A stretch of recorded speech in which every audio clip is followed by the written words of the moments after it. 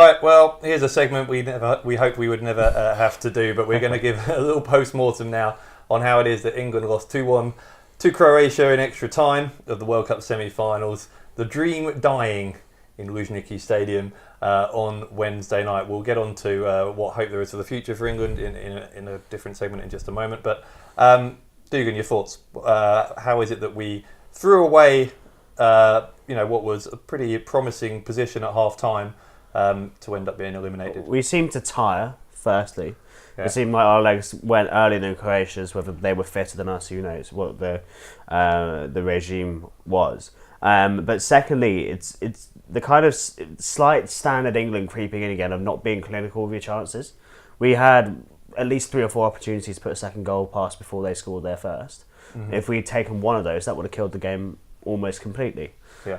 So, again, an England team not quite getting that finishing touch. Is that something that... Because it seems to me, Tom, there's a lot of stuff, right, from that eventually came home to roost for us last night. And it was all the things we knew were weaknesses of our team, but we sort of hoped the momentum and all that kind of stuff would carry us through. So there is a little bit of inexperience, right? And it did show at times in the second half. There is an issue with not being clinical enough in the final third. So none of the reasons that we lost the game, I don't think, are particularly surprising, other than possibly the thing about tiredness, which we'll talk about in a second. But were you surprised by any of the things we were weak at last night? I was surprised by how much we conceded down the flanks.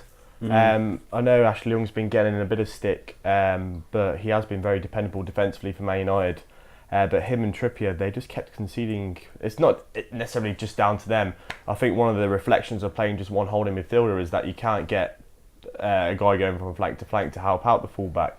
So Croatia just kept putting tens of crosses in, and eventually one of them's going to go in. And I think Walker showed his frailties defensively by being beaten to the ball instead of attacking it. He sort of let the man come onto him. And the second goal, as good as we played in the World Cup, it was a shambles. Felt really bad for John Stones on the second goal because he's one of the players, even last night in the semi, who didn't put a foot wrong really until that moment. Until then, and everyone was just exhausted, weren't they? Yeah. And including him, and he was just caught flat-footed. It was his fault, but you can't be angry at John Stones. He's had one of the... No, it's also one of the difficulties now to criticise this England team when everything has been quite positive. Yeah. But I think if you talk about it exactly the way you said about how we knew these were problems beforehand, we knew we have problems scoring in open play. Yeah. The vast majority of our goals have come from set pieces, and that is an issue considering the amount of creativity up at the front. You have Kane, whose goal scoring record is pretty good for the Premier League and form was great going forward. You have Sterling, who's supposed to be that firecracker player there. You've got Lingard as well, who's provided that creativity for United at various different points, and that didn't quite seem to provide open play goals for us, which is something to work on. I want to talk about the tiredness because that's what we said we would, but let's specifically about Kane, since you mentioned him to start with. He did look exhausted, I think. He was pretty ineffective, and actually, on reflection, we were so exuberant after Saturday, but actually he was pretty quiet on Saturday as well. I heard Gary Neville suggest after the game on TV that he might maybe it's going to come out that he's been carrying an injury and he's just been playing on. I don't think so though.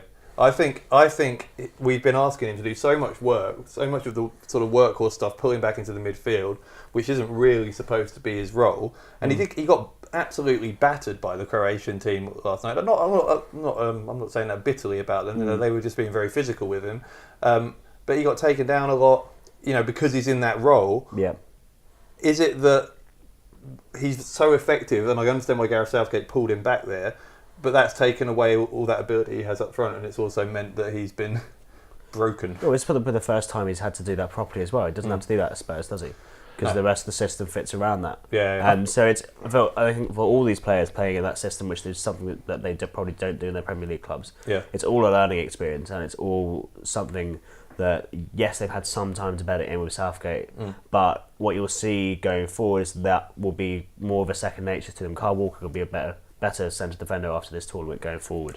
Harry Kane will be better at that defensive work, and that'll probably come in to help for Tottenham as well. So there's ways that it's just unfamiliarity. Yeah. What do you think about Kane? I think it's just a reflection of his season at Tottenham. I think because their lack of not having a support striker, much of the onus falls on Kane, so he's not getting the rest that he needs to play in these tournaments. And I think that possibly, I think Southgate's done amazingly, but maybe we've over-relied on Kane to do that sort of doggy work, and maybe we should have withdrawn him from Panama at half-time when we're 5-0 up. Why is he going out there in the playing second half to get a goal and boot? It's more important for the collective if he rests and that sort of thing. So I think. Although there were half the England fans were complaining about even resting him against Belgium, and then the third game at the time, everyone's like, oh yeah, let him go for the golden boot. So hindsight is 2020, not 50-50. That's great eyesight. Hindsight is 50-50. Yeah, it really would be. All right, let us know what you think. Where did it all go wrong? Sadly, Wednesday night. Why did England look so tired? How was it that from a very good position at half-time, 1-0, could have been 2 or 3, that we let Croatia back into the game in the second half, and they were clearly, I think, the better team in the second half and in extra time as well. Why did any of that happen? Let us know, please. I'm still trying to get my head around it, so tell us in the comments.